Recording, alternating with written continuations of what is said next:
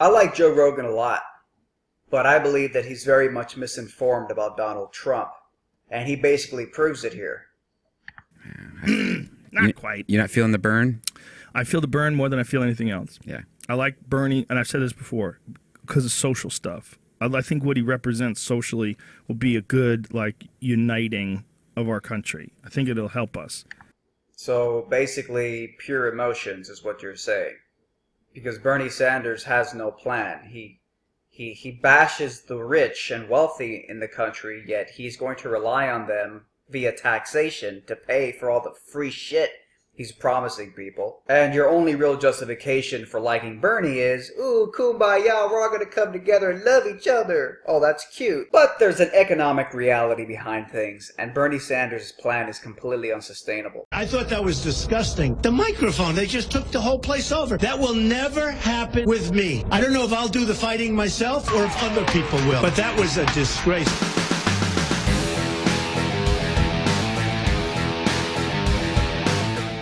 I think what he represents socially is the thing that disturbs me the most. Like when he says things about like Mexicans, but you can't talk shit about Mexicans. You can't talk shit about them all being rapists, murderers. The sheer numbers of people that come over from Mexico that are great, that don't do anything. Well, Joe has proven to be completely misinformed on the topic, which is fine because most people are. They've been lied to by the mainstream media. Does it make you dumb? It just means you've been misinformed. Here's what Trump actually said about Mexican immigrants. Notice the title of this news report. Donald Trump faces backlash for calling Mexican immigrants rapists. Even the title is wrong. And let's play the clip. Say one thing about Donald Trump, he sure has people talking. Trump is enraging many people with his remarks about Mexican immigrants. They're bringing drugs. They're bringing crime, they're rapists, and some, I assume, are good people. How can you succeed? Total misrepresentation. Let's play it one more time. So mind you, if you get your perception of reality from mainstream media, establishment media, then you're being lied to. Let's play it again. Say one thing about Donald Trump, he sure has people talking.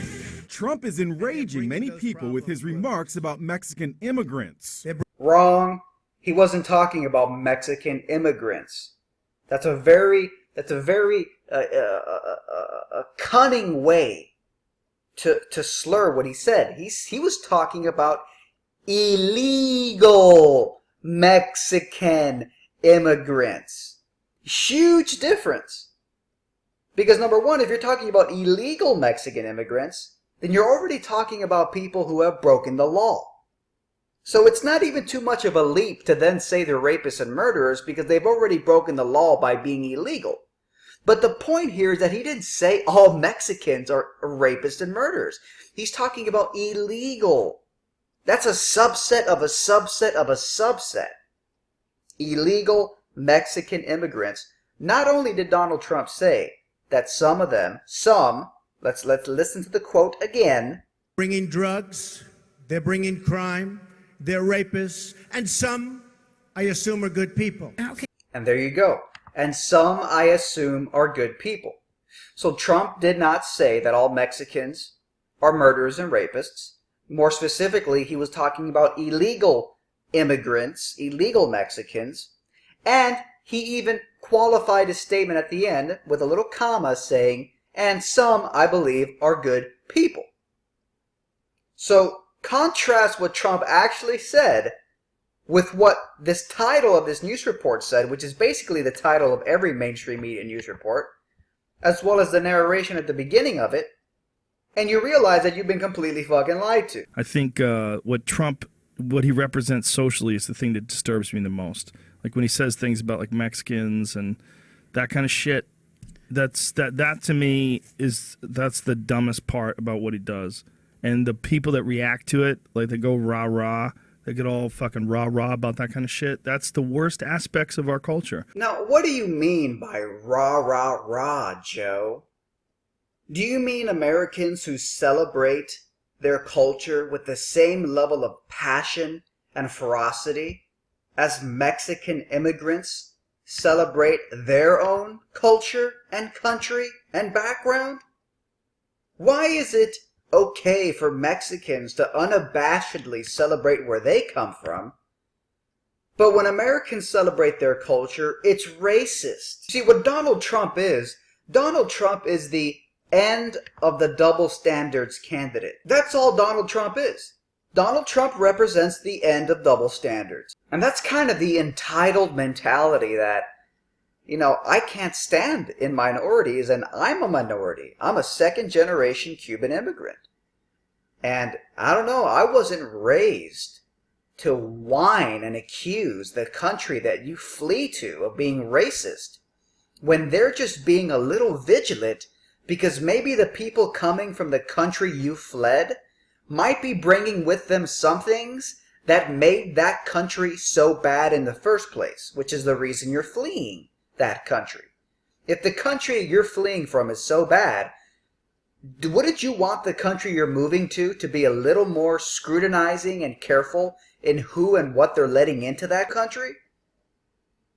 But that's the entitled mentality of some of these immigrants.